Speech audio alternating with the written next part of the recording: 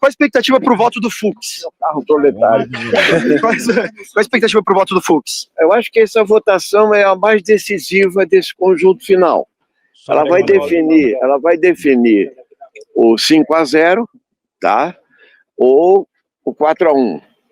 E também eu acho que ela vai reforçar ou não a dosimetria, a discussão da dosimetria. Mas, de qualquer forma, eu acho que a decisão do ministro Luiz Fux, ela vai ter um ponto de inflexão. Eu não acredito em pedido de vista, seria um erro muito grave paralisar julgamento agora, e entendo que o conjunto probatório ele é muito consistente, robusto, tá? Então, pegar pequenas coisas, entende?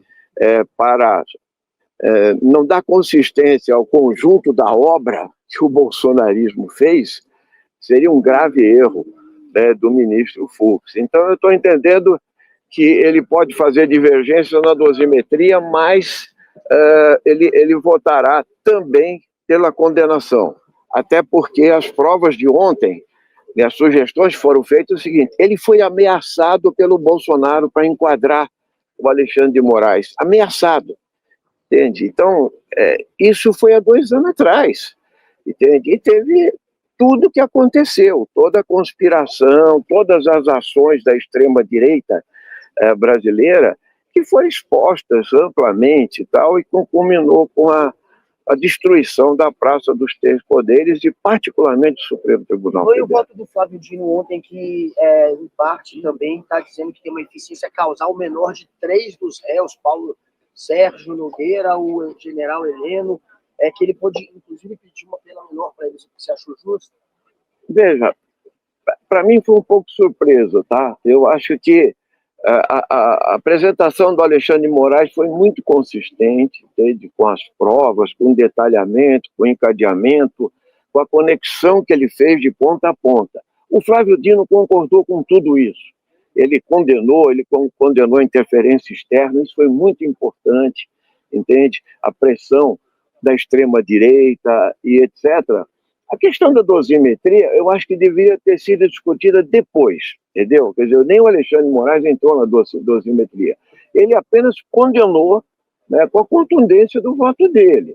Então, isso poderia ter sido deixado para depois, porque o caso a caso, você vai discutir depois, nas provas e etc. Eu, particularmente, né, acho que você livrar o general Heleno é um erro.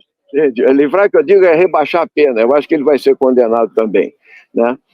Porque ele é uma figura-chave nessa história toda. Ele é um tutor do Bolsonaro. E eu quero lembrar um fato que eu vivenciei como preso político. Então, ele mesmo é uma figura que ele foi ajudante de ordens do Frota, que tentou dar um golpe de Estado sobre o Geisel em 77. Então, ele é um golpista quanto mais, entende?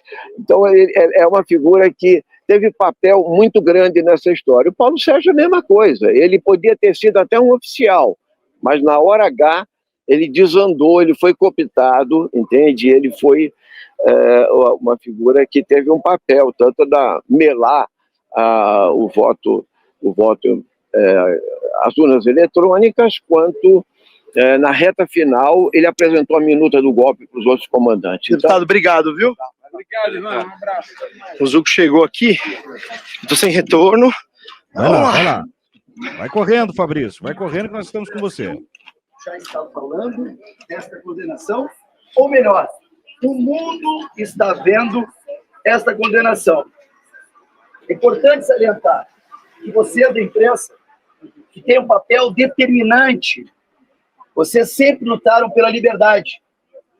Vocês sempre lutaram pelo devido processo legal, pela ampla defesa.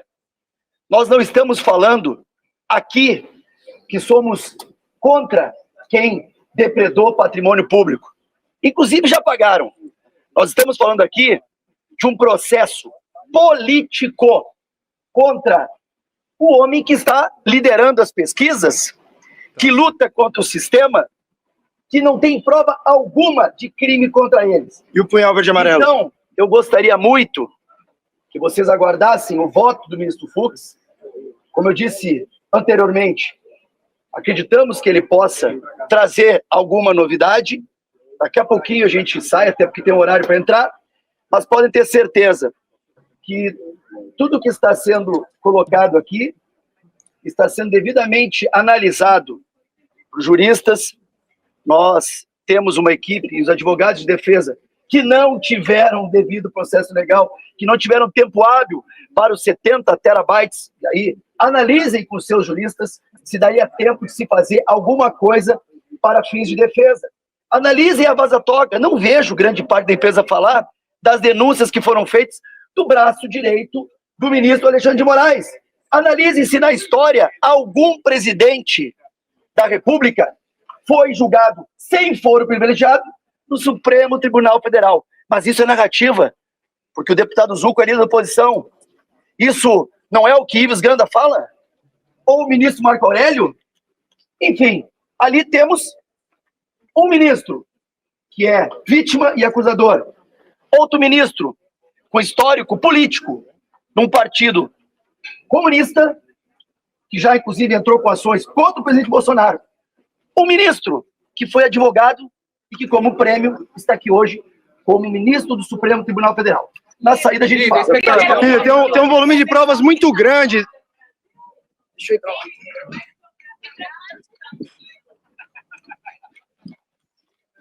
Zucco, tem um volume de provas muito grande, Zucco. Como dizer que não tem provas contra o Bolsonaro? Põe a verde e amarelo, minuta impressa. O que você tem a dizer sobre isso? Responde, cretino. Fala na saída, pessoal. Anistia será a primeira pauta da terça-feira que vem. Primeira pauta do Correio de Líderes. Zucco, tem um volume de provas muito grande, Zucco. Aceito a tua opinião. Não, mas e o punhal verde e amarelo, minuta impressa no gabinete do Bolsonaro? Não dá pra dizer que não tem prova. Tá com o roteiro hoje aí. Hoje. Cagão. Espera aí que eu tô sem retorno. Vocês sabem que sempre que eu vou pra uma entrevista eu fico um tempinho sem retorno. Não, Só um minuto. Dá uma respirada. Deputados muito covardes aí que ficam no discurso raso, mas não adicionam nada que possa dar uma sensação de uma estratégia, ô Adriano. Sem dúvida, mas embora o Fabrício, você poderia, por exemplo, fazer uma digressão teórica aí para os nossos ouvintes sobre quais são os cenários, quais as possibilidades do voto do Fux. Isso, sem pedir vista, mesmo que não peça vista, você podia explicar um pouco o que pode vir a ser o voto do Fux. Isso é Pode deixar da audiência. Sim, olha, eu até preparei, viu, Adriano, todo um documento aqui para eu conversar com a audiência sobre isso, porque são alguns cenários, né, que a gente tem, mas dentro dos acontecimentos aqui, a gente acha difícil conseguir organizar agora os pensamentos para falar sobre isso, mas basicamente, o Fux, aqui, só para vocês entenderem, tá, eu tô aqui onde os carros chegam, tá bom, você vê que toda a imprensa fica posicionada para quando os carros chegam aqui. Então eu estou aguardando aqui com o meu pau de selfie aqui na mão. Mas basicamente, o Fux, então, ou ele pode pedir vistas, né, no começo do processo, que seria pegar o processo para ler e tal, sempre que o próprio Ivan Valente disse que não acredita nessa possibilidade, e de fato não faz nenhum sentido em função do que a gente já conversou aqui no começo do programa. E a expectativa é que o voto dele seja um voto alongado, justamente porque ele, dentro até do que a gente viu ontem, ele vai discordar. E quando você discorda, diferente, por exemplo, do Dino, que foi um voto mais rápido, por quê? Porque ele já pegou uma parte do voto do Moraes, né, então ele considerou que parte do que ele iria falar já foi falado pelo Moraes, e aí ele só acrescentou, tô falando de forma mais rasa, né? Mas ele só acrescentou a questão da dosimetria, falou ali, separou Braga Neto e Bolsonaro de demais, né? O Mauro Cid, o Ramagem, tudo mais, tudo que a gente viu ontem. Já o Fux, a expectativa é que ele vá discordar ali de praticamente ponto a ponto. E isso torna o voto um voto maior, né? Um voto mais alongado. Então, porque ele não vai, provavelmente, aproveitar o voto do Moraes, não vai aproveitar o voto do Dino. Então a expectativa é que ele Separe um ponto e discorra sobre aquele ponto. Separe outro ponto, discorra sobre aquele ponto. E aí, dentro do que a gente vem enxergando, que a gente vem presenciando, né, testemunhando nas últimas falas do Fux, a expectativa é que ele discorde em boa parte do Moraes, porém, aí é uma análise minha, eu acho difícil ele não condenar o Bolsonaro, talvez até o Braga Neto. E aí ele poderia, então a minha análise, a minha expectativa, né, o que eu compreendo, que ele não vai deixar de condenar o Bolsonaro, mas que outros elementos ali envolvidos, sim, ele não vai condenar. E isso é possível. Então é possível, digamos, que o Fux hoje vote pela condenação do Bolsonaro, a gente tem que aguardar até o final de todos os votos para entender se os demais réus também serão condenados, né, se todos os demais réus vão receber 4 votos a 1 ou 5 votos a 0. Vamos ver como é que vai ser. Importante deixar claro, caso ocorra em alguma situação 3 votos a 2, o advogado da defesa da pessoa, né, do réu, que, opa, tá chegando um carro, deixa eu ver, só um segundo, não, acho que não, porque é um táxi, vamos ver, não é. Caso ocorra um cenário de 3 votos a 2, o advogado desse réu, ele pode entrar com recurso, que é um negócio chamado embargos infringentes. O que são os embargos infringentes? Ele é pedido quando o placar é muito apertado e aí a defesa fala, olha, o placar está muito apertado, então a gente tem que julgar isso de outra forma. O julgamento volta do começo e aí não mais dentro de uma turma, mas sim do plenário do Supremo, né? Ou seja, 11 ministros julgando aquele réu. Isso pode acontecer, de fato, né? Então a gente pode ter uma condenação de um dos réus e outro réu ter um placar mais apertado e entrar com embargo infringente. Agora, um ponto que a gente pode aguardar, vocês escrevam aí, olha, todos os advogados, na minha crença, farão isso, que é entrar com os embargos de declaração. Vamos recapitular. Então, nesse caso do que a gente está visualizando aqui, são o que é... Deixa eu virar para cá a câmera que vocês estão olhando para o nada. Existem 2 recursos possíveis, os embargos de declaração e os embargos infringentes. Os embargos de declaração é quando tem alguma coisa na sentença que ou está contraditória, ou tem um ponto obscuro, tem uma obscuridade ali, alguma coisa de relevância, que o advogado ele vai entrar com esse embargo de declaração para que seja explicado aquilo. Mas isso não mexe no mérito, tá?